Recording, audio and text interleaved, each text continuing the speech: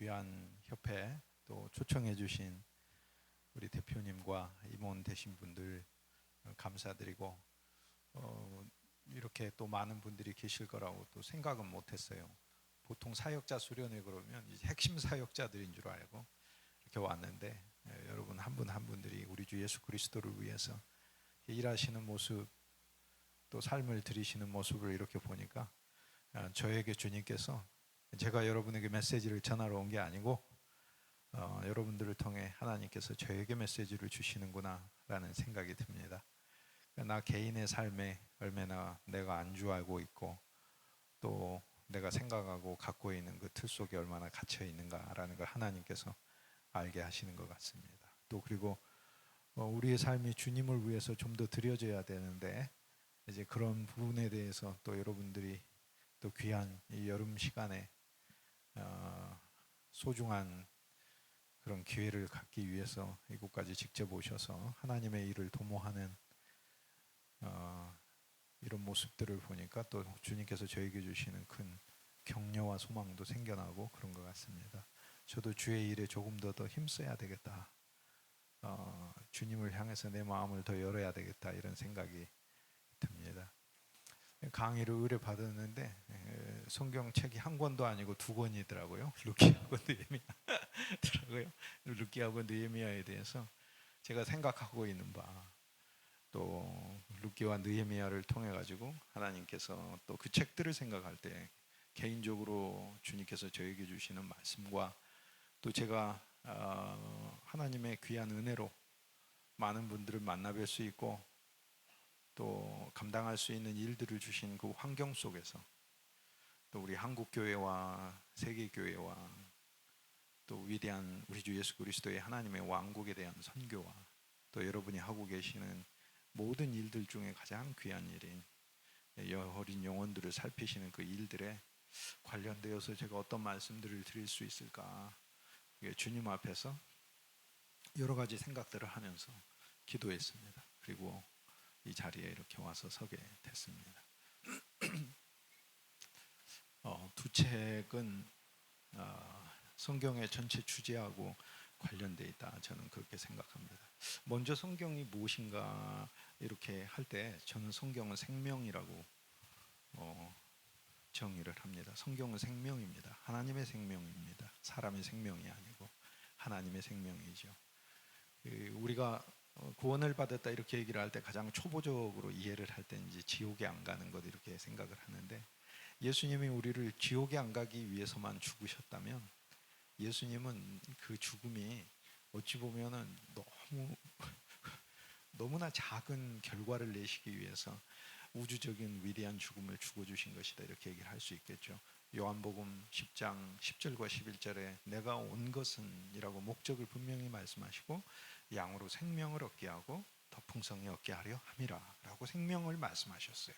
이 생명을 얻게 하게 하시는 것은 우리가 타고난 우리 자신에게 하나님께서 그냥 생명을 주시는 것이 아니고 요한복음 10장 11절 말씀에 보면 나는 선한 목자라 나는 양들을 위하여 내 목숨을 하나님께 드리노라 라고 이렇게 되어 있어요. 버리노라가 아니고 이제 엄밀히 하면 버린다라는 단어가 이제 성경에는 그리스도에게는 없어요. 우리는 버린다라는 단어가 있지만 예수님은 버리는 게 없습니다. 다 하나님께 드리는 것입니다.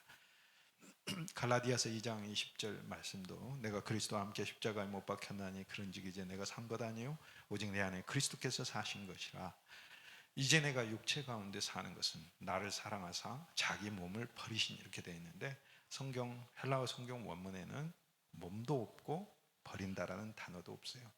자기를 건네주신 이게 이제 원말이에요. 그래서 예수 그리스도의 삶은 모든 것을 하나님께 드리는 것이 하나님께 그분의 구속을 통하여 우리는 이제 옛 생명이 끝나고 하나님의 새로운 생명을 얻게 된 새로운 존재잖아요. 새로운 존재잖아요. 제가 주일학교 때 가장 인상 깊게 들었던 이야기는 우리 주일학교 선생님이 그 저한테 이제 뭐 50년 정도 된 오래전이잖아요. 그때 제가 뭘 알겠어요. 7살짜리, 8살짜리가. 근데 그분이 7살짜리 8살짜리가 뭘 알겠어요. 그런데 그분이 해주신 말씀이 그때 익스플로 대회라는 게 열렸거든요. 1973년부터 한국교회 세계적인 대회를 유치를 했잖아요. 그런데 그때 표제가 있었어요. 표제가 뭐냐면 나는 찾았네였어요. 포스터가 나는 찾았네. 그래서 교회당마다 나는 찾았네가 붙어 있었어요. 그래서 나는 찾았네를 보고 제가 물어봤어요. 나는 찾았네 무엇을 찾았나요? 주일학교 선생님한테. 이제 시골에 있었는데 시골에 있는 열심히 있는 분들이 교사 선생님들이 열심히 있잖아요. 신앙생활 하시는 분들 중에. 그래서 그 교사 선생님들 중에 일부는 저기 남쪽에 있는 바닷가 시골이지만 서울에 있는 여의도에 있는 광장까지 가서 그 집회에 참석한다고 올라간다고 하시니까 교회당에 포스터가 붙어 있는 거예요. 난 서울에 한 번도 가보지도 못한 그 어린아이였지만 그 포스터 보고 제가 질문을 했어요. 뭐를 찾았다는 겁니까? 그런데 그분이 저한테 뭐라고 했냐면 새 생명 예수. 그게 답이단다 이렇게 얘기해요. 그 새 생명 예수. 이제 여기에 이제 어린이 교육의 신비가 있는 거죠. 새 생명 예수가 무슨 말인지 제가 어떻게 알아요?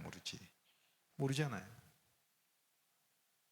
새 것이 어떻게 새 것이 되는 것도 모르고 그리스도의 십자가를 통해 끝났고 심지어 죽음 안에서도 그분의 죽음은 종결의 죽음만이 아니라 에베소서 1장에 그분의 죽음 안에서 우리는 한 새 사람으로 에베소서 2장에 한 새 사람으로 창조되고 있으니까 그분의 죽음 안에서도 새로운 것이 잉태되고 있었고 그분의 십자가의 죽음 이후 골고다에 있는 무덤에 장사 지내질 때 그 장사 지냄에 그분의 아리마대 요셉의 부유한 무덤 안에서 2000년 전에 그분만이 죽으신 것이 아니라 우리도 그분과 함께 죽었고 그분 안에서 내가 새로 빚어지고 있었구나.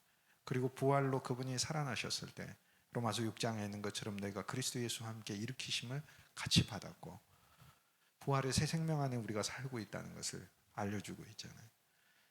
에베소서 2장 6절에 허물과 죄와 죽었던 너희를 그와 함께 일으키셨다 했으니 그리스도의 십자가와 죽음을 통해 새 것이 왔구나. 근데 생명은 영원한 생명이죠. 하나님의 생명이죠. 사람은 가질 수 없는 생명이죠. 개는 개의 생명이 있고 돼지는 돼지의 생명이 있고 사람은 사람의 생명이 있지만 이 모든 생명들은 참 본질인 하나님의 생명의 표현들일 뿐인 거예요. 실체가 아니고 표현. 하나님의 생명만이 진짜 생명의 실체이니까 생명은 생명이 있고 생명으로 유지돼야 생명이지 사람의 생명이 죽을 수 있다면 사실 사람의 생명도 생명이라고 부를 수는 없는 거죠. 생명이니까. 그러나 하나님의 생명은 영원한 생명이잖아요. 영원에 속하게 한 생명이고 영원한 생명이고 그 영원한 생명 그게 이제 제가 얻었던 답이었어요. 그런데 그 답을 이해하기까지는 한 40년 이상 걸렸던 것 같은데 그게 내 삶에 정말 가장 중요한 붙들어야 하는 단어다라고 깨닫기까지는 한 40년 정도 걸렸던 것 같아요. 주일학교 교육의 위대함이 그거인 것 같아요. 꼭 그 순간에 다 알게 하고 가르쳐야 하는 것만은 아닌 것이죠. 제가 가끔 이제 교회 학교와 관련돼 가지고 메시지를 전해야 되는 기회가 있을 때 그때 바로 생명의 교육에 대해서 이야기를 하는 때가 있습니다. 생명의 교육인 거죠. 생명. 성경의 전체 중심 주제는 우리 주 예수 그리스도고 우리를 구원하셨을 뿐만 아니라 영원한 생명을 우리에게 주셨고 영원한 생명이 우리 속에 있고 이 생명은 새로운 생명이고 우리의 옛것을 십자가로 가져가는 십자가의 생명이고 그러므로 고난과 어려움과 환란이 있다 할지라도 그 속에서도 그리스도의 십자가가 역사하게 하여 우리를 조성하시고 하나님의 용사로 만드시는 생명이고 이 생명은 우리 안에 부활로 온 부활 생명이고 그래서 반드시 우리를 일으키시고 회복하시고 우리를 하나님의 일에 유용하게 하시고 오네시모와 같이 만드시는 거죠. 성경의 중심 주제가 무엇이냐 이렇게 물었을 때 사람마다 대답할 수 있는 게 있는 것 같아요. 저도 성경은 뭘 말하느냐 이렇게 질문을 받았을 때 어린 시절부터 질문한 하나님에 대한 것 하나님에 대한 건 창세기 1장 1절이면 되는 거잖아요. 성경 전체가 하나님에 대한 건 아니잖아요. 성경 전체. 근데 그리스도에 대한 거 그럼 굉장히 수준 높은 대답이죠. 또는 그리스도의 생명을 얻는 것. 사람이 예수 그리스도를 만나 구원을 얻는 것, 뭐 하나님의 나라를 짓는 것, 이런 답을 이야기를 할 수 있는데, 제가 생각을 할 때는 저는 이렇게 지난주에 제가 전한 메시지에서 제가 이렇게, 저는 개인적으로 그렇게 성경을 교정한다고 생각해요. 성경은 위대한 한 결혼의 이야기예요. 예수 그리스도와 우리의 혼인의 이야기예요. 예수님은 우리를 구원하신 것만이 아니라 우리를 혼인의 신부로 맞이시키기 위해서 이 땅에 오신 것이죠. 그거를 알아차린 사람이 세례 요한 아닙니까? 사실 세례 요한의 모든 역할이 여러분의 역할이고 나의 역할 아닙니까? 그리스도를 소개하는 일이잖아요. 그런데 그리스도를 죄인을 건져주시는 구주로도 소개하고, 환난과 역경을 당한 사람들이 도움을 얻는 친구로도 소개하고, 룻기에 나오잖아요. 친구로 소개되고, 파멸한 인생의 모습이 다 나오잖아요. 그럼 거기 그 친구로 오신 예수 그리스도의 모습이 있잖아요. 그런데 그것만이 아니라 우리 주님은 좋은 이웃이시죠. 인생길을 가다가 쓰러졌을 때 사람들은 나를 외면하고 넘어가도 주님은 선한 사마리아 사람처럼 나타나셔서 나에게 기름과 포도주를 부으시고 가진 것을 주셔서 그분의 긍휼로 내가 가치가 없어도 그분의 나를 불쌍히 여기심으로 다시 회복시키시는 놀라운 이웃이시죠. 그분은 내 왕이고, 근데 그분은 본질적으로 우리 신랑이라고 그러시잖아요. 그 세례 요한이 증거하는 게, 신랑이 왔을 때 친구는 그 신랑을 사람들에게, 신부에게 소개하는 것이 자기 기쁨이라고 얘기를 하는 거죠. 성경은 위대한 예수 그리스도와 우리의 혼인인 거죠. 우리가 죽고 나서 우리의 공간적으로 우리가 하나님의 품 안에 살고 영원한 안식을 누리고 천국이라고 하는 그 실제, 지금 우리가 얻어진 이 실제의 연장선 속에서 살 뿐만 아니라 그곳에서의 우리의 신부는 그리스도의 신부인 거죠. 남자도 예수 그리스도의 신부고 할례를 받으니까 여자도 예수 그리스도의 신부죠. 여성은 훨씬 낫죠. 예수 그리스도의 신부로 다시 태어나야 될 필요는 없으니까, 여성이니까. 그 남성은 예수님 안에서 3번은 거듭나야 그리스도의 신부가 되는 것 같아요. 거듭나야 그리스도의 신부가 되는 것 같아요.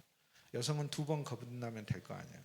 엄밀히 하면 제가 생각할 때 여성은 3번 거듭나면 되고 남성은 4번 거듭나면 되는 것 같아요. 여성은 본래 태어난 여성에서 예수 그리스도를 믿어 예수 그리스도의 신부로 거듭나는 한 거듭남이 있고, 남자는 이제 거기서 더 나아가서 율법과 전통과 유전과 자기 관념 안에서 그리스도를 믿는 것에서 더 나아가 하나님이 내게 주신 목적과 의미를 깨닫고 예수의 새 생명 안에서 내 삶이 또 태어나는 게 필요하잖아요. 또 한 번 태어나면 되잖아요. 그리고 3번 태어나야 되는데, 남자는 남자로 태어났기 때문에 그리스도의 신부로 태어나는 게 또 태어난 거고, 거듭나서 태어나는 게 또 태어나는 거고, 옛 생명과 율법과 고집과 관념과 자기 전통과 자기 생각과 지식 속에서 사는 것에서 또 태어나야 하는 게 그게 있으니까 남성들이 그래서 예수 믿기가 조금 더 어렵다 이렇게 이해를 하시면은 좋을 것 같다고 생각합니다. 성경은 창세기에서도 하나님이 사람을 만들 때 그냥 한 종류로 만들 수도 있는데 남자와 여자로 만드셨다고 그러고 한 가정을 이루게 하셨잖아요. 그런데 그것이 비밀이라고 이야기하죠. 그 속에 우리를 향한 인류의 비밀이 들어있는데, 바울이 에베소서 5장에서 이 비밀은 그리스도와 우리에 관한 것이라고 얘기하잖아요. 실은 사람의 모든 혼인들, 이것은 그림자고 우리 주 예수 그리스도와 우리의 혼인만이 진짜다. 하나님이 만드신 첫 번째 동산의 가장 큰 행복은 그냥 사람이 배부르고 즐겁고 기쁘게 살았던 것만이 아니고, 너는 내 뼈 중에 뼈요 살 중에 살이라 하면서 아름다운 사랑이 충만했던 게, 그게 진짜 에덴의 실제잖아요. 여러분, 집도 아파트도 넓은 거 있고 차도 좋은 차 있고 자녀들도 어느 정도 똑똑하고 머리도 좋고 그래요. 그러나 가정 안에 이 땅에 있는 수많은 그리스도인뿐 아니라, 그리스도인은 그래도 낫죠. 하나님 돌보시니까. 하지만 그리스도인의 삶에도 여전히 그런 문제들은 아브라함의 가정에 있었던 것처럼, 이삭과 야곱의 가정에 있었던 것처럼 수없이 일어날 수밖에 없지만, 그렇지만은 이 세상 사람들은 오죽하겠어요. 또 지옥이잖아요. 외적인 조건이 갖춰졌다고 해서 천국이 아니잖아요. 그러니까 그림자잖아요. 다 그림자인 거예요. 예수 그리스도와 우리의 혼인이 진짜잖아요. 그래서 계시록의 맨 마지막에 보면 하늘에서 내가 또 보니 새 하늘과 새 땅이 나타난다고 하잖아요. 이 요즘 창고라는 그 이단의 이름들을 보면 신천지라고 새 하늘과 새 땅이라고 해서 성경을 잘 모르니까 이름을 그렇게 지는 거죠. 새 하늘과 새 땅은 배경이에요. 새 하늘과 새 땅을 보니 하늘에서 단장한 새 신부처럼 단장한 새 예루살렘이 내려온다고 그러죠. 사실 성경의 최고의 진리는 새 예루살렘이에요. 그게 느헤미야서인 거죠. 예루살렘을 짓는 것이죠. 새 예루살렘. 근데 그것은 신부이죠. 그런데 그곳은 영원의 영역이고 그곳은 하나님의 생명과 그분의 속성과 본질이 충만한 영역이고 그것은 더 이상 우리가 시간 속에서 살면서 눈물이 있고 아픔이 있고 고통이 있고 인간의 모든 인연들이 있는 그런 곳이 아닌 것이죠. 그것은 심지어 이 세상에 있는 빛이 정말로 밝잖아요. 태양이 밝지만 태양보다도 뭐 비교할 수 없을 만큼 물리적인 그 세계에서 가진 그런 태양의 능력의 뭐 수배, 수천 배, 수조 배 되는 그 빛이 있다 하더라도 그 빛과는 상상조차 비교조차 되지도 않는 그 하나님의 빛이 충만한 곳이 바로 새 예루살렘인데 그 새 예루살렘은 바로 우리들이죠, 우리들. 그런데 그게 신부라고 얘기하잖아요. 그래서 사실 성경은 시작이 신랑과 신부고 끝이 신랑과 신부인 것이죠. 이게 그리스도께서 우리에게 오신 것이죠.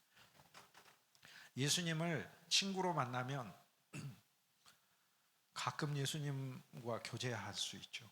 가끔 예수님을 친구로 만나면 가끔 교제하면 되지 않습니다. 힘들 때 친구한테 얘기하잖아요. 좋은 일 있을 때도 친구랑 얘기하잖아요. 예수님이 이웃이면 가까이 사시긴 하시지만 옆에서 가끔 나를 돌아보실 수 있는 분이시죠. 그러나 예수님의 내 신랑이라는 것은 그런 게 아니라는 거예요. 나와 함께 먹고 나와 함께 자고 내 것을 공유하고 계시고 내 짐을 지고 계시고 사실 나는 그분에게 얼마나 큰 유익을 줄 수 있을지는 모르지만 그렇지만 주님은 그래도 우리의 옛 생활 안에서도 우리가 어느 정도 그분에게 쓰임 있게 하셨고 예수 그리스도 안에서 우리가 구속함을 받은 새로운 존재가 되고 그분의 새로운 생명을 가지고 그분의 비전을 가지고 일할 때 그분께서는 또 놀라운 일을 우리를 통해서 펼치시겠다 이렇게 말씀하셨고 너희는 나보다 더 큰 일을 하리라 라고 말씀하셨기 때문에 예수님이 거짓말하시는 분은 아니시잖아. 그래서 예수님은 스스로도 큰 일들을 많이 하실 수 있지만 우리들을 통해서도 하시겠다고 하셨으니 혼자서도 하실 수 있죠. 하지만 그러면 무슨 영광이 있어요. 우리를 통해서 하게 하심으로 그분의 일에 참여케 하신 것이니까 얼마나 감사하고 놀라운 일이에요. 그런데 우리 주 예수 그리스도 그분을 우리가 신랑과 신부로 취한다면 그 관계로서 우리가 그분을 취한다면 나는 그분과 함께 눕고 그분과 함께 자고 그분과 함께 일하는 것이죠.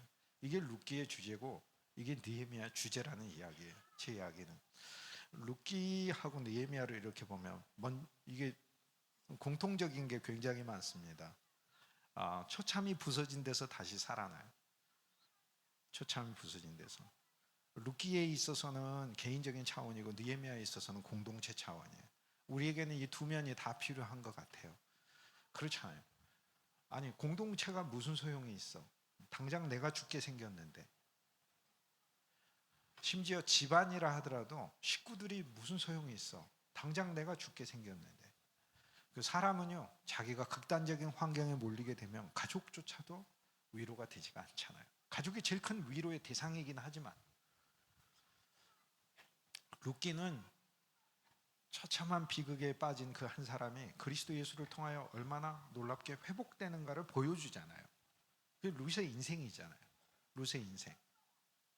그런데 그 회복의 그 메시지가 단순히 한 사람의 행복이 아니라 룻을 통하여 오벳을 낳고 오벳은 이새를 낳고 이새는 다윗을 낳고 다윗은 솔로몬 솔로몬은 르호보암 아비야 아사 여호사밧 요담 우시야 요람 히스기야 우리 주 예수 그리스도까지 이어지잖아요. 그 성경이 말하고자 하는 것은 한 사람의 인생을 하나님이 행복하게 할 뿐만 아니라 그 한 사람의 인생이 우리 주 예수 그리스도를 낳는 이 메시지로 하나님이 우리를 초대하신다라는 거잖아요. 이게 얼마나 놀랍고 행복한 인생인가.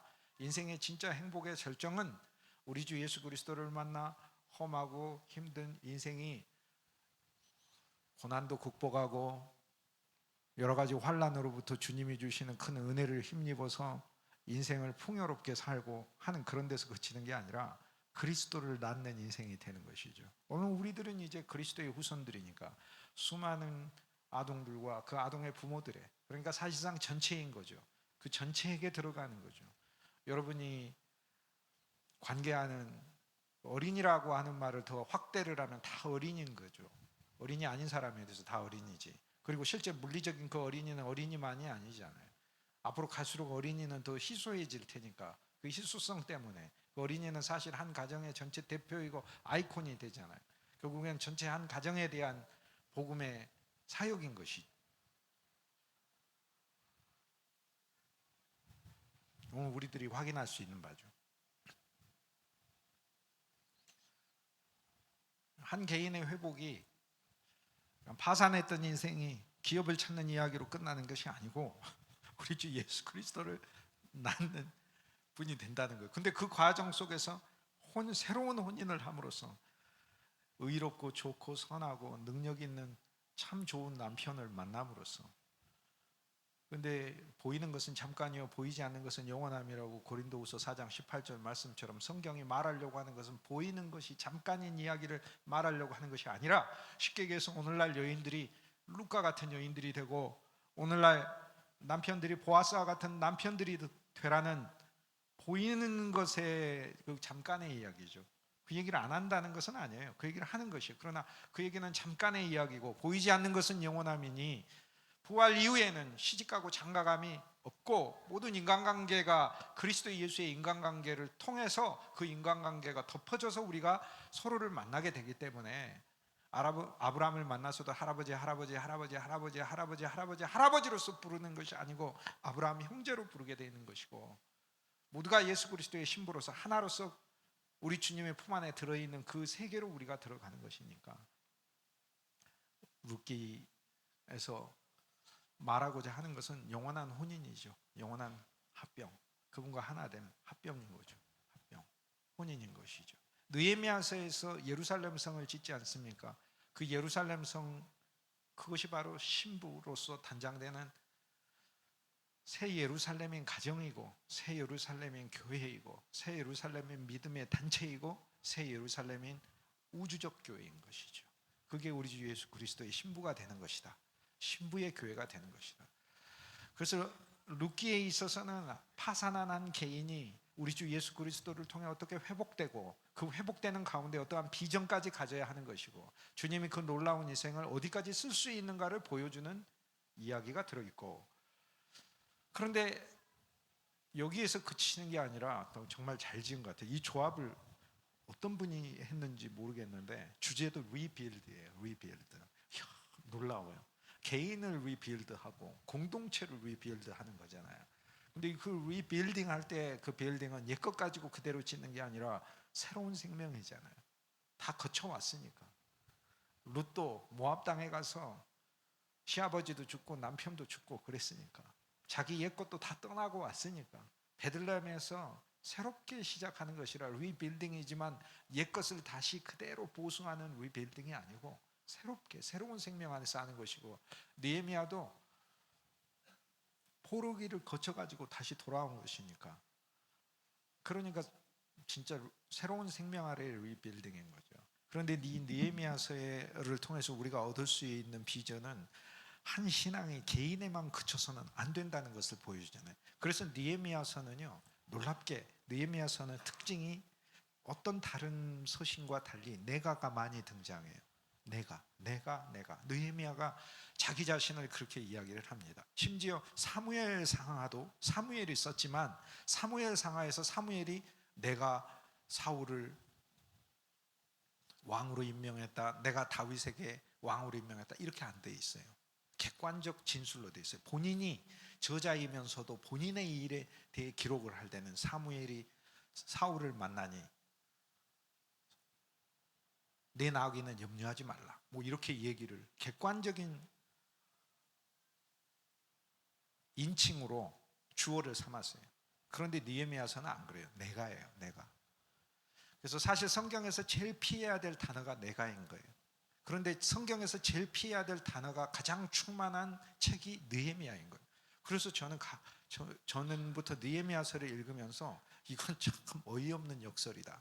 그런데 이 내가가 만약에 룻기에 있었다면 이거는 너무 수준 낮은 게 되는 거예요. 왜냐하면 결국엔 내가의 모든 활동의 내용이 나를 위한 것이면, 그러면 진짜 나의 충만이 되는 것이죠. 그런데 느헤미야는 주제가 내가, 인칭이 내가이지만은 그 모든 일들은 나를 위한 일이 아니라 공동체를 위한 일이거든요.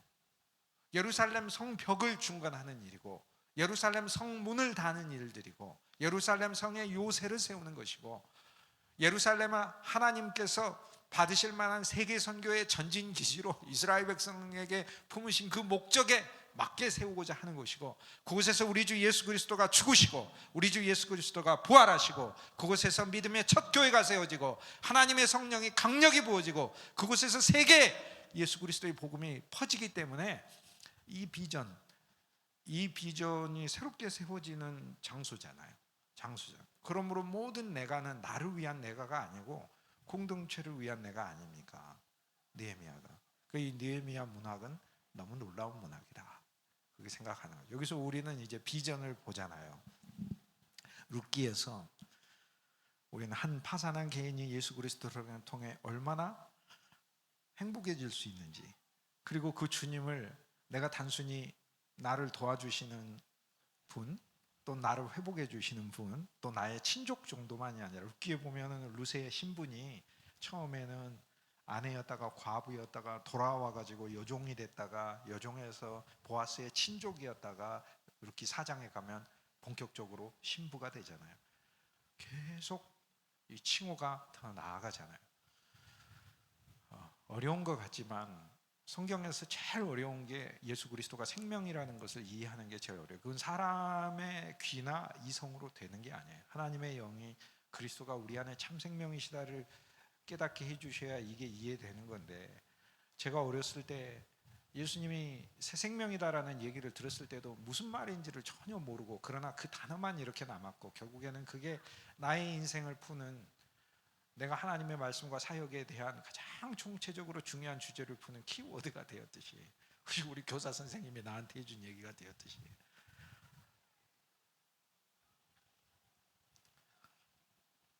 여러분이 하시는 그 일들이 현장에서 지금 당장 이해돼야 되고 하는 그런 차원으로 일하기보다는, 주님이 농사로서 복음의 사역을 말씀하셨으니까 지금은 뿌렸을 때 그 뿌린 것이 나오는 게 아니잖아요.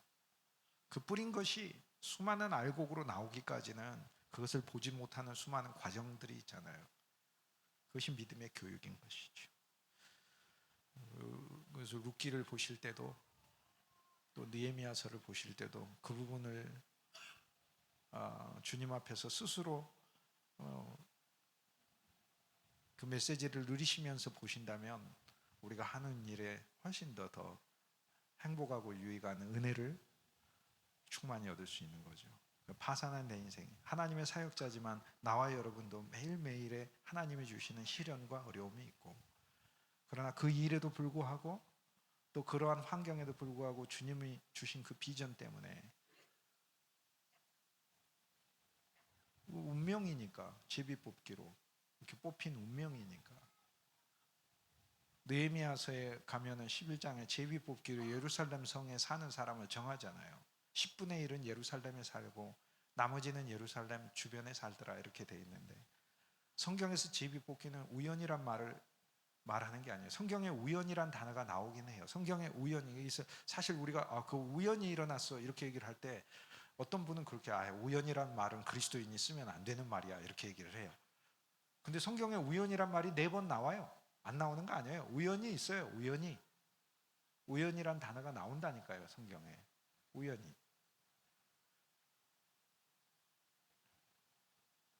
그런데 성경이 쓰는 우연은 세상이 쓰는 우연이란 단어하고 달라요. 성경이 쓰는 우연이란 단어는 하나님께서 지정해 주신 곳에, 또 지정해 주신 물건에, 어떤 사건에 내가 만나게 되는 것을 성경이 말하는 우연이라고 얘기를 해요. 그래서 이 세상에서 우연이라고 하는 것은 목적과 뜻을 설정하지 않은 채 살다 보면 그런 일이 일어나겠지라는 의미로 얘기를 하지만, 성경이 말하는 그 우연이라는 원래 원 그 히브리 단어를 보면 하나님이 설정해 놓은 어떤 장소, 물건, 이 의미가 들어있어요. 그게 들어있어요. 그것이 나한테 경험되어지는 것. 그게 제비 뽑기고 그런 거죠. 그 10분의 1은 10분의 1은 바쳐진 마음이니까, 바쳐진 존재니까 11조를 바치는 건 10분의 1을 바침으로 전체를 바친다는 뜻이에요. 그러니까 물리적으로는 10분의 1이지만 하나님은 전체를 바친 걸로 보겠다라고 말씀하시는 거죠. 아니, 예수 그리스도가 십자가에서 죽으셨을 때 인류의 11조가 되신 거잖아요. 사실 우리가 11조로 하나님께 드려진다고, 우리 인생이 드려진다고, 우리 인생을 보시고 하나님이 우리를 구원하시겠어요? 그리스도가 죽으셔서 우리를 구원하신 것이지, 우리가 죽어서 우리를 구원한 게 아니라고요.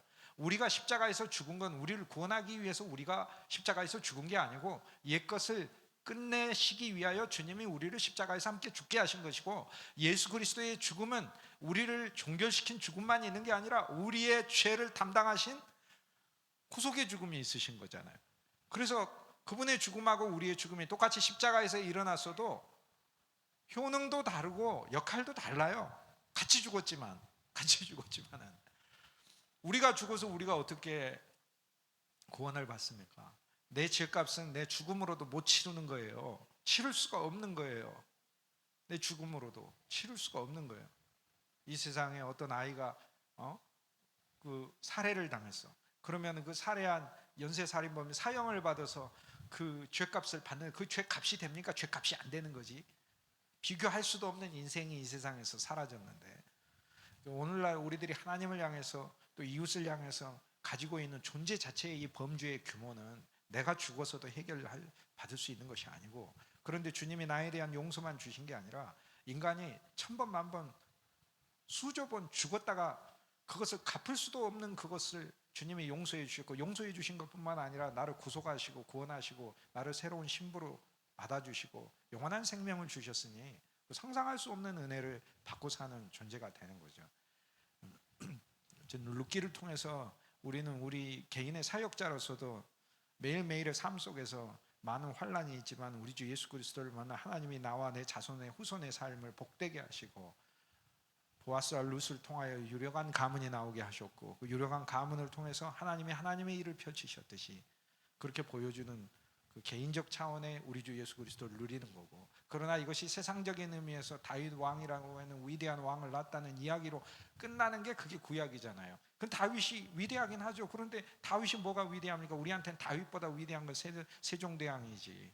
우리한테는 다윗이 오늘 우리에게 위대한 것은 그리스도인이기 때문에 다윗이 우리가 세종대왕보다는 더 위대하다고 이야기할 수 있는 것이죠. 왜? 예수 그리스도의 조상이기 때문에 위대한 것이지, 마태복음 1장이 없으면 다윗의 인생이 뭔데, 다윗이나 나나 다 같은 성정인 것이죠. 다 같은 성정인 것이죠. 하나님이 봤을 땐 여러분이 주님을 사랑하는 것과 다윗이 주님을 사랑하는 것과 무슨 큰 차이가 얼마나 있단 말이에요. 우리 마음속에 우리가 주님을 진심으로 전심으로 사랑하는 그 사랑의 정도와 크기는 내가 어떻게 알고 여러분이 어떻게 압니까? 하나님만이 아시는 거 아니에요. 내가 주님을 더 사랑하는지 다윗이 주님을 더 사랑하는지는 그는 하나님이 아시지 내가 어떻게 압니까? 나도 몰라요. 다윗이 나만큼 내가 주님을 사랑했는지 나도 잘 모르겠어요. 성경을 보면 가끔. 그런데 다윗이 진짜 위대한 것은 예수 그리스도를 낳는 조상이 되었다는 거고, 그리스도를 위한 쓰임을 받는 인물로 하나님에 의해서 선택받았다는 점이 위대한 것이잖아요. 그래서 사실 그 룻의 이야기를 통해서 우리는 한 개인의 회복만이 아니라 그리스도를 위한 일꾼이 되는 것에 대한 개인적인 초점을 우리는 발견할 수 있다.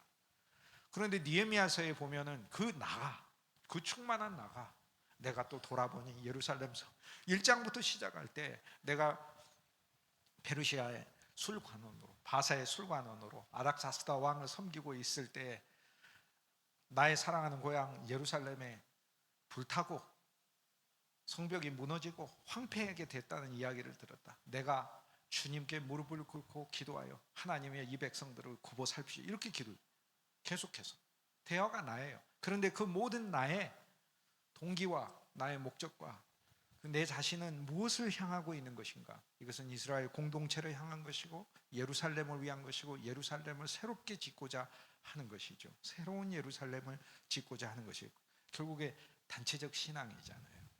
그래서 한 개인의 이야기와 단체의 신앙이 이렇게 짝을 이룰 수 있다는 건 놀라운 한 페어 같아요. 한 페어 같아요. 어떻게 정했는지 모르겠지만 놀랍고 신비하게 좀 정했다. 주제를 그렇게 정했다. 이렇게 생각해요. 룻기의 이야기에 있어서 그 시대는 사사기 시대잖아요. 다윗의 시대는 그냥 예수님 태어나기 1000년 전 이렇게 생각하시면 되겠고, 뭐 1040년이 이제 다윗의 출생 시기로 이렇게 성경의 연대를 카운트하면 그렇게 얘기를 합니다만, 그냥 잘라서 다윗의 시대는 예수님 탄생하시기 1000년 전이다 이렇게 생각하시고, 아브라함의 시대는 예수님 탄생하시기 2000년 전이다 이렇게 생각하시면 되겠어요. 그러면 오늘 우리는 예수님 탄생하시고 2000년이 지나서 살고 있으니까 그 시간은 잠깐이죠. 하나님께는 1000년이 하루 같고 하루가 1000년 같아서 하나님 눈에서는 아브라함이 사는 것과 내가 사는 건 같은 시대에 사는 거예요. 그냥 하나님에게는 아브라함과 내가 같은 시대에 살고 있는 거하고 같다니까요. 그러니까 그냥 같은 거예요. 그냥 1000년이 하루기 때문에 굳이 이야기를 하자면 아브라함이 아침 6시에 태어났다면 그냥 우리들은 한 뭐 7, 8시에 태어났나? 그 정도 이렇게 이야기를 할 수 있는 거예요. 하나님께는 그냥 같은 거죠. 그런데 아브라함은 지금부터 4000년 전, 다윗은 지금부터 3000년 전, 예수님은 2000년 전. 이제 그렇게 이해를 하면 되겠죠. 룻기의 시대 때는 사사의 시대잖아요. 사사들이 다스릴 때인데, 그때 이제 룻이 보아스와 결혼을 해서 오벳을 낳고, 오벳은 이세, 이세는 다윗을 낳으니까 다윗이 예수님 탄생 1000년 전이니까 출생 뭐 BC 1040 이렇게 생각을 한다면, 룻의 시대로 올라가자면 룻은 다윗에게 있어서는 증조 할머니잖아요. 아버지는 이세고 할아버지는 오벳이고 그 위에는 보아스니까. 그러니까 다윗에게 있어서는 이세의 아들이고, 오벳은 이세를 낳으니까 할아버지가 오벳이죠. 그래서 룻의 아들은 다윗의 할아버지니까 할아버지하고 손자의 연대 정도로 생각하시면 되겠어요. 오늘 우리들이 할아버지가 있는데 그 할아버지가 살았던 그 시대만큼과 나의 차이다. 근데 그 할아버지의 아버지 시대니까, 할아버지의 어머니 시대니까, 증조 할머니 시대니까, 그 다윗보다도 한 100년 정도 시대를 뒤로 돌리면 그때는 이제 사사 시대인데, 사사 중에서 입다가 출현했을 때, 그 다음에 엘론이라는 사사가 또 출현을 했을 때, 또 삼손이라는 사사가 출현을 했을 때, 그 시대인 거죠. 삼손이라는 사사. 블레셋과 전투를 벌이거나 미디안과 전투를 벌이거나 그랬을 때 이스라엘 전체 상황에선 왕이 없잖아요. 사사라는 것은 하나님께서 잠깐의 영웅으로 내세우신 것이죠. 물론 평상시에는 재판을 합니다만 그 재판에 대해서 최종적인 판정 권한을 가지고 있고, 사사는 전체 병력을 다 모든 지파를 통틀어서 동원할 수 있는 그런 권한이 주어져 있지는 않잖아요. 하나님이 주신 신비한 능력으로 사람들을 설득해서 우리가 저들과 싸웁시다 이렇게 동원하는 게 아니고 사람들에게 호소하는 거죠. 근데 왕은 호소가 아니라 동원하는 거죠. 왕은 그리고 제도적으로 그렇게 임명이 됐으니까. 그러니까 룻기의 배경은 사사시대인데 보자면 제도적으로도 자기를 통치해줄 이스라엘이 아직 확정이 되지 않았다. 국가 자체로도 혼란스럽다. 그 다음 사사들은 계속해서 출현하고 있었는데 신앙적인 지도자들의 문제와 또 그들의 한계가 분명한 시대였다. 가장 뛰어난 사사이며 선지자인 사무엘이 출현하기 이전이니까, 사무엘이 출현하기도 한 100년 전이니까. 그래서 그때 룻기를 이렇게 살펴보면 사회적으로 안정되어 있지 않다는 것을 알 수 있어요. 그리고 외적이 수시로 침공한다는 것을 알 수 있죠. 사사기에 등장하는 그 외적의 침공, 그거를 우리가 당연히 사사기, 룻기, 사무엘, 상하 이렇게 성경이 이어지니까 그거를 볼 수 있지 않습니까? 그런데 이제 배경을 이야기를 하라고 해서 제가 배경을 이야기를 하는 거예요. 근데 그 관점에서 우리가 알 수 있는 건 뭐냐면, 사회는 혼란해. 우리를 지켜줄 제도적인 것조차 이것도 불안정해. 그래서 우리가 사는 환경 속에서 조금이라도 더 좋은 곳에서 살고자 해요. 더 안전한 곳. 이민 가신 분들 보면 타운 어디 사느냐 늘 그렇게 못해요. 이곳은 좋은 타운이냐, 너 총 빵빵 쏘는 거 없느냐? 이렇게 묻는다. 학구는 좋으냐? 뭐 주변에 공원은 있느냐? 공항은 가까우냐? 여기 언제나 집 사고 그럴 때 모든 좋은 편. 우리들도 마찬가지.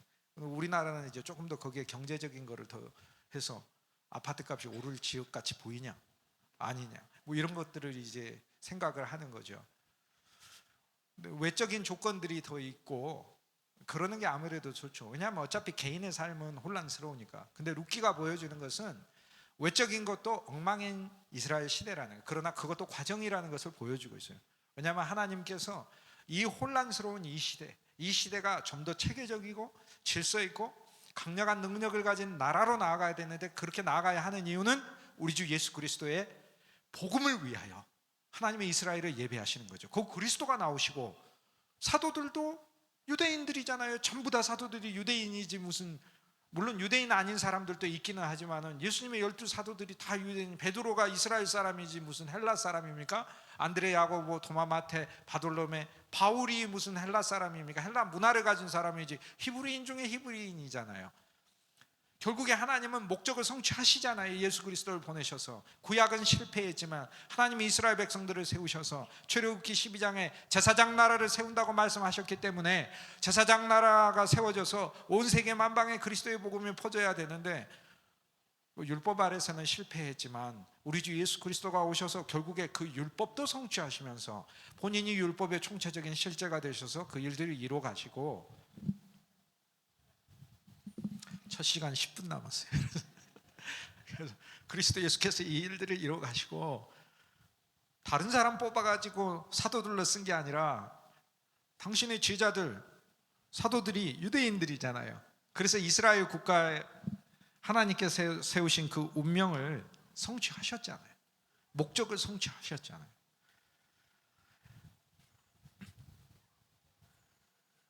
그 룻기를 이렇게 보면, 하나님께서는 이 나라를 만들길 원하시고, 우리 주 예수 그리스도를 낳는 사람인데 그냥 낳는 사람이 아니라 그리스도의 족보에 나오는 모든 사람들이 가지는 문제, 모든 사람들의 단점, 모든 사람들의 한계, 그걸 그리스도가 지시고 그리스도가 태어나신다는 걸 얘기하니까 룻과 같은 사람에게서도 그리스도가 태어난다는 것을 이야기를 하고, 믿음의 사람들이 하나님을 향해서 신실하게 살았던, 하나님을 선택하고 하나님께 순종했고 하나님을 따랐고 그리고 하나님의 말씀대로 살았던 그 사람들의 모든 삶에 우주적인 확장으로서 예수 그리스도가 오신다는 것을 보여주기 위해서 구약을 세워놓으셨기 때문에 그 성경은 그 자체가 우리 주 예수 그리스도를 위한 말씀이죠. 하나하나가 그리스도와 우리와의 관계를 위한 말씀이니까, 그 룻과 보아스의 이야기를 통해 우리에게 보아스 같은 그리스도가 계시다는 것을 주님이 말씀해 주는 이야기인 것이죠.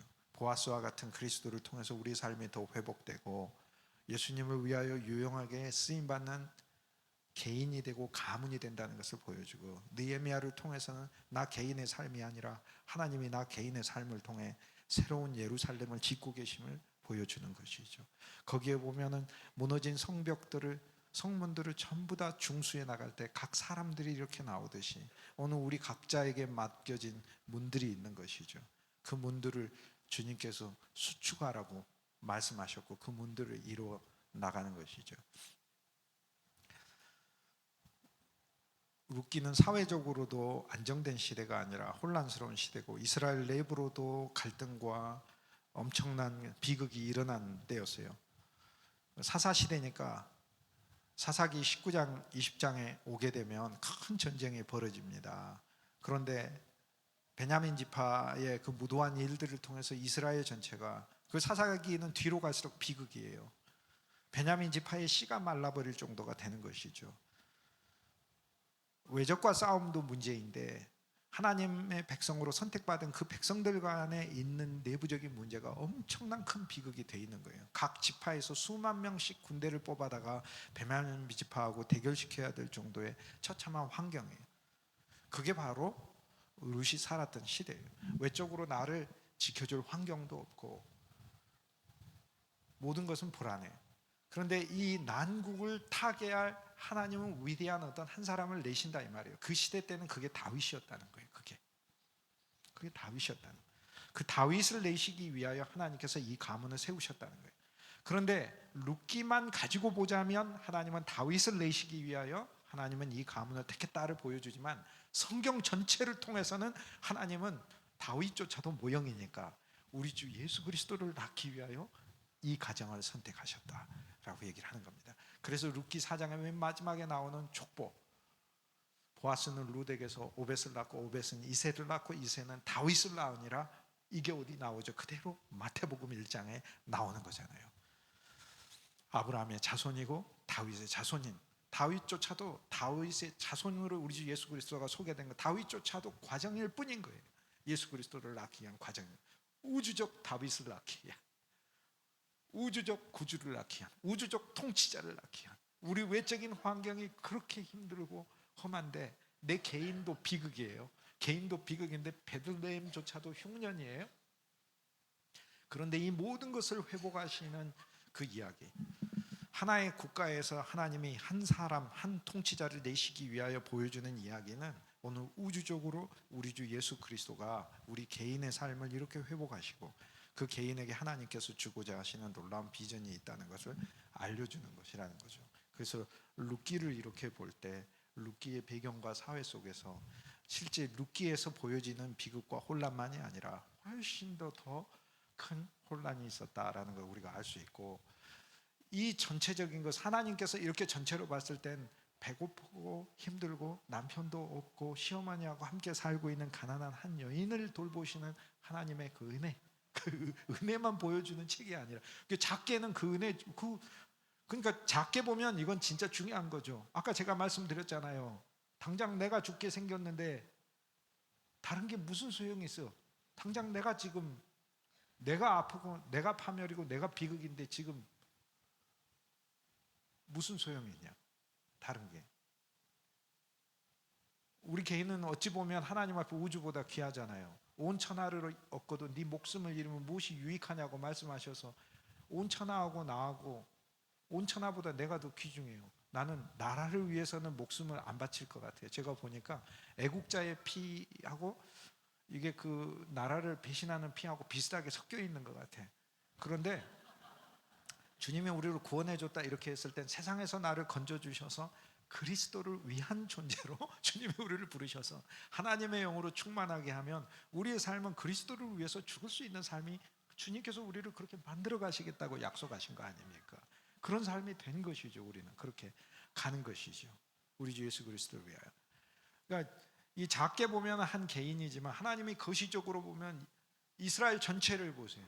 각 지파는 전쟁 중이야. 한 지파는 거의 사람이 끊어져서, 남자들이 끊어져서 나중에는 신랑감들을 다른 지파에서 빌려줄 정도가 돼야 돼. 다른 지파에서 빌려줘야 되는데 우리 지파들은 전부 다 신랑을 안 주기로 맹세를 했다고 하니까 줄 수가 없어요. 맹세를 해버렸어. 또 조상들이 그 맹세를 해서 안 주니까 어떻게 해야 되겠어요? 베냐민 지파 보고 훔쳐가라고 그랬잖아요. 포도 축제가 열리면 우리는 안 줄 테니까 니들이 훔쳐가라, 그렇게 얘기를 한 거예요. 그 포도 축제가 열렸을 때 베냐민 지파의 청년들이 가가지고 아름다운 아가씨들 보면서 거기에서 데이트하고, 막 우리 베냐민 지파 그 살고 있는 그 베냐민 지경은 너무 산세가 아름다워요. 그곳에 가서 저 푸른 초원 위에 그림 같은 집을 짓고 우리 함께 사십시다 뭐 이러고 해서 꼬셔가지고 그냥 가버렸다는 거 아니야. 그게 그렇게 하는 것은, 그러면은 이제 말씀을 지키는 게 되잖아요. 안 주기로 했는데 훔쳐갔다고 하니까 서로가 그 하나님의 계명을 위배하지 않은 게 되는 거죠. 훔쳐갔다는 게 이제 뭐 납치범 하듯이 그렇게 했다는 뜻이 아니라 이제 온갖 가문이설로, 이 세상의 모든 남자들이 하듯이 온갖 가문이설로 능력도 없으면서 뭐 능력 있는 척하고 돈도 없으면서 돈 있는 척하고 이 세상의 고생은 온갖 종류의 고생을 다 시킬 거면서 고생 안 시키겠다고 얘기를 하고 그렇게 데려가는 것처럼 그렇게 해서 데려갔다는 얘기가 되는 것이죠. 뭐 손에 물 안 묻히고 눈물 안 흘리게 해준다 그렇게 하는데 시집 와가지고 흘린 눈물이, 시집 가기 전에 흘린 눈물이 한 10배 이상은 되는 거죠. 그게 하나님께서는 그러면 이스라엘 전체에 대한 목적이 있어요. 이스라엘의 국가가 서야 돼요. 사사들의 지도력만으로는 부족한 거예요. 우리 주 예수 그리스도는 사사의 역할도 하시지만 12명의 사사처럼 사사의 역할도 하지만 사사의 역할로서 우리 주 예수 그리스도 우리에게 왔을 때 삶은요, 주님이 우리를 위기에서 구출해 주시는데 우리 삶에 하나님께서 우리에게 주고자 하시는 그 목적의 온전한 성취는 언제나 없어요. 그러니까 항상 혼란스러운 거예요. 사사로서의 그리스도만 누리니까.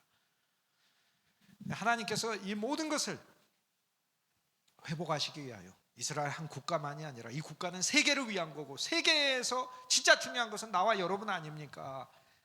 아니, 아브라함이 이삭을 바친 이야기는 그리스도를 위한 이야기고, 그리스도가 십자가에서 죽으셨을 때 나와 여러분이 안 믿는다면, 나와 여러분이 안 믿었다면 예수님의 십자가는 사실 무슨 의미가, 나와 여러분이 우리 주님을 믿어줬으니까 주님도 나한테 진짜 감사한 거잖아요. 진짜 감사한 거죠.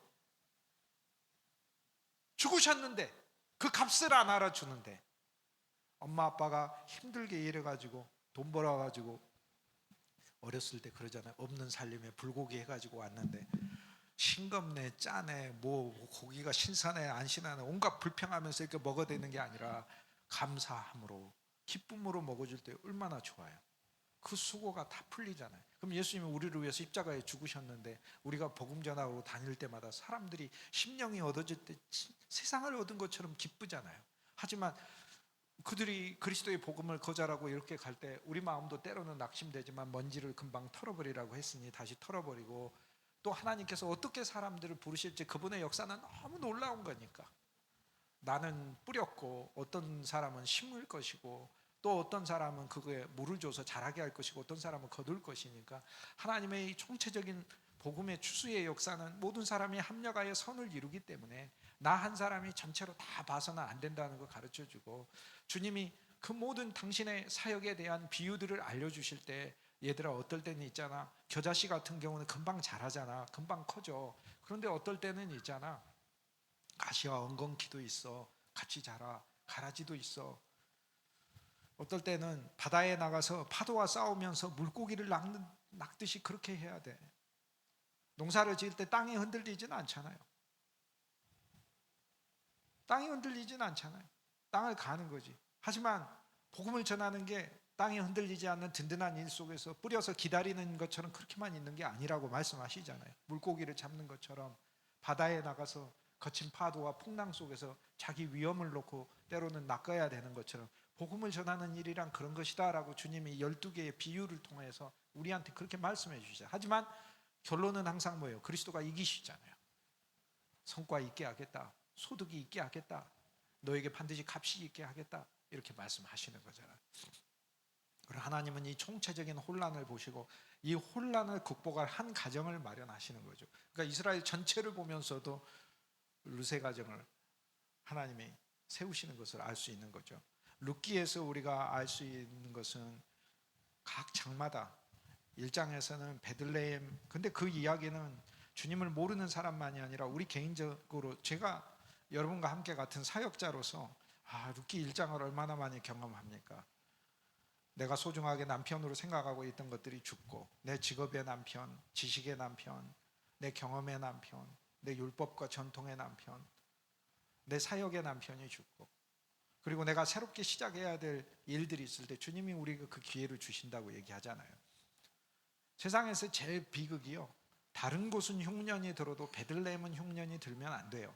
왜 그렇습니까? 이름이 베들레헴이기 때문에 그래요. 떡의 집이니까. 떡의 집에 흉년이 들면 되겠습니까? 다른 곳은 흉년이 들면 당연하겠지. 떡의 집은 풍성하고 소출이 많고 이스라엘 땅에서도 저곳은 그래도 어느 곳보다도 소출이 풍성해, 마을은 작지만 이름을 그렇게 붙였잖아요. 우리나라에서 찾아보니까 베들레헴하고 똑같은 이름의 병점이라고 있더라고요. 떡병자에 그 고울, 떡고울이란 뜻 아니에요. 병점. 병점 사는 분이 그러더라고요. 자기는 베들레헴에 산다고 그렇게 얘기를 하더라고요. 우리가 베들레헴 같은 신앙생활을 하면서도 내 생애에 하나님이 주시는 비극이 오잖아요. 근데 하나님 새로 시작하잖아요. 나옴이라는 이름은 기쁨이라는 이름이지만, 기쁨이 아니라 룻기 1장에 내 이름을 마라라고 해라, 마라, 쓴물이 쓰다라고 해라 라고 하는 거죠. 근데 사실 여기서 나오미의 인식이 표면만 보고 있지만 그 속에는 나오미의 기도가 들어있는 거죠. 내 인생을 말하라고 해라. 아예 딱 규정을 했어요. 기쁨이 아니라 쓰다라고 해라. 근데 쓰다라는 표면적인 얘기를 한 게 아니고, 이게 헤브라이즘 즉 히브리 사상에 있어서는 이 구약의 출애굽에서 이스라엘 백성들이 애굽을 나온 다음에 광야에서 마라라는 곳에 가서 물이 썼잖아요. 그곳에 한 지역에 갔더니 물이 썼어요. 그 마실 물이 썼는데 그곳에 나무를 집어넣었더니 물이 달게 되었더라. 그리함으로 마라라고 불렀더라. 그러니까 마라는 쓴물만을 말하는 게 아니라 쓴물은 반드시 단물로 바꾸시는 하나님의 역사가 나타나는 것을 마라라고 그래요. 그래서 나오미가 내 인생을 마라라고 해라라고 했을 때는 한탄만을 말하는 게 아니라, 그래 마라라고 하나님이 규정하셨으니 마라라고 나도 규정하겠다. 그런데 마라에는 역사가 일어나니까 하나님께서 쓰디 쓴 인생이 된 나와 내 며느리의 인생을 하나님이 달고 단 인생으로 바꾸시지 않겠나, 이렇게 볼 수 있는 거죠. 우리가 이제 그 연극으로 하자면 한 배역으로 접근을 해가지고 이렇게 볼 수도 있는데, 사역자로 보자면 나오미가 진짜 좋은 사역자 같아요. 나오미는 진짜 조언을 잘해주는 것 같아요. 나오미의 조언은 시의적절한 것 같아요. 그런데 우리가 그리스도 예수 안에서 이 비전을 가지고 하는 게 좋은 것 같아요. 먼저는 나오미는 모압에서 살면서 주님을 믿을래? 아니면은 니들이 기왕에 우리 집에 시집 왔으니까 그 철때는 가고 싶은 대로 가라고 얘기를 하죠. 룻이 함께 가겠다고 할 때 나오미는 룻을 데려가고 베들레헴으로 돌아오지 않습니까? 거기서부터 이제 하나님의 은혜가 작동하는 거죠. 가난한 두 사람이지만 하나님의 은혜가 위에서부터 이렇게 작용되고 있다는 걸 보여주고, 두 사람을 통하여 이 한 가문만이 아니라 이스라엘 전체 나라이고 이 나라를 혼란에서 구출할 한 영웅이 태어나게 하시고, 우주 자체를 우주적 혼란과 우주적 죄악과 우주적 파멸에서 구출할 한 분을 보내시겠다는 이야기를 주님이 오늘 우리에게 하고 있는 것이며, 그 이야기를 통해 내 개인의 삶을 회복하실 뿐 아니라 예수 그리스도의 신부를 마련하는 이야기가 있는데, 거기 보면 나오미가 사역자로서 참 좋은 것 같아요. 자기 삶에 쓴 게 있으면 쓴 거 있고, 베들레헴으로 가자. 그래서 돌아왔어요. 베들레헴으로 돌아오는 것. 오늘 우리는 베들레헴으로 가는 거죠. 예수 그리스도의 태어나신 신앙으로부터 시작하는 거죠. 주님이 내 안에서 탄생하셨다.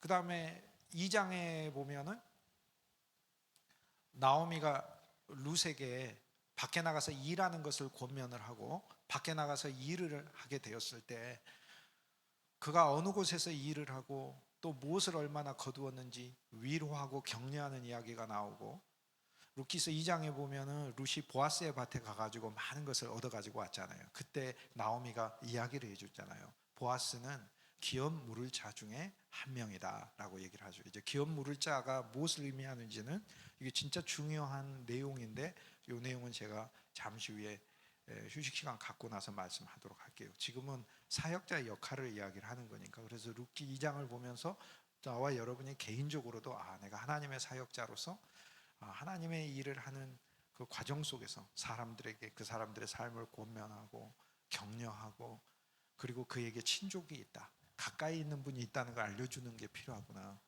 예수 그리스도 가까이 계시는 루키 3장에 보면 거기서 하나 더 나아가서 권면하잖아요. 그의 밭으로 가라가 루키 2장이면 루키 3장은 그의 침상으로 가라라고 얘기를 하잖아요. 오늘 우리 신앙은 뭐예요? 예수님의 밭에 가서 배고픈 인생이 예수님으로부터 풍성한 알곡을 얻고자 하는 그런 신앙으로부터 예수님과 함께 살고 예수님과 함께 누리고 예수님과 함께 모든 것을 그분에게 맡기고 의탁하는 신랑과 신부의 신앙으로 나아가라 라고 얘기하는 거죠. 어린아이가 아직 결혼하기 전에 그 어린아이들 굉장히 민감합니다. 여러분이 어린아이였을 때를 한번 생각해 보세요. 아주 민감합니다. 더 잘 이해할 것입니다. 이해 못해도 수십 년간 그것이 씨앗처럼 심어져 언젠가는 그게 반드시 엄청난 메시지로 발화됩니다. 그게 놀라운 메시지로. 그게 우리가 하는 일이고요. 이게 바로 하나님의 말씀이 우리에게 보여주는 그 말씀의 능력이고 그 위대함 자체인 거예요. 그 루키 3장에 보면은 나오미의 역할은 뭐예요? 가라고 하면서 구체적인 거 얘기해 주죠. 의복도 새로 입고 목욕을 하고 예수 그리스도로 씻고 생명의 물로 씻고 피로 씻고 예수 그리스도로 옷 입고 예수 그리스도의 향품을 바르고 그렇게 살으라고 하잖아요. 그렇게 살으라고 우리는 권면해야 되겠죠, 사람들에게. 노력으로 하는 게 아니라 새로운 생명과 하나님의 성령으로 하는 것이지. 그리고 그가 일하기까지는 가만두었다가 그가 침상에서 쉴 때 그의 이불 안으로 들어가라. 그리고 그의 발에 누워라. 그리고 겸손히 그의 신발을 벗기는 자가 되라. 여종의 모습으로 나아가라는 거예요. 여종의 모습. 그러니까 하나하나 조언을 해주잖아요. 신부로 나아가는 거. 얼마나 아름다운 이야기예요. 이 전체를 통해서는 우리에게는 보아스와 같은 그리스도가 있다는 사실을 보여주니 얼마나 감사한지 모르겠어요. 나와 여러분이 하나님이 주신 위임이 있는데 이 위임을 가지고 일을 할 때 나의 수고와 슬픔을 누가 알아줄까? 우리에겐 보아스와 같은 그리스도가 있잖아요. 이 보아스는 2장에 보니까 2장에는 좋은 주인으로 나오잖아요. 좋은 밭의 주인이에요. 이삭도 남겨놓고 귀퉁아리도 남겨놓고 그 거둔 것도 밑에다가 두라고 그러고 룻에게 다른 밭으로 가지 말고 이 밭에서 일하라라고 얘기하잖아요. 다른 사역하지 마시고 이 사역에서 계속 일하라고 그렇게 메시지를 읽어야 돼요. 다른 협회 가시지 마시고 이 협회에서 계속 일하라 이렇게 읽으셔야 되는 거죠. 그리고 3장에 갔더니 보아스가 얘기하잖아요. 나보다도 훨씬 더 가까운 친족이 있다는. 그렇죠. 오늘 우리하고 가까운 건 나 자신이고 우리하고 가까운 건 우리 옛사람이고 오늘 우리하고 가까운 건 율법이죠. 우리가 성경을 읽을 때 율법이 나한테 먼저 왔잖아요. 그러나 운명은 하나님이 정해놓은 운명은 보아스듯이 우리 주 예수 그리스도를 우리는 만날 수밖에 없는 인생이다 라고 얘기하고 룻기 3장에 보면은 나오미가 사역자로서 보아스에 대해서 하는 말이 그가 반드시 그 일을 행하리라 이루리라 라고 얘기를 하잖아요. 이게 얼마나 좋은 사역자의 말인 거예요. 너무 놀랍죠. 10분간 휴식하고 이어서 하도록 하겠습니다. 감사합니다.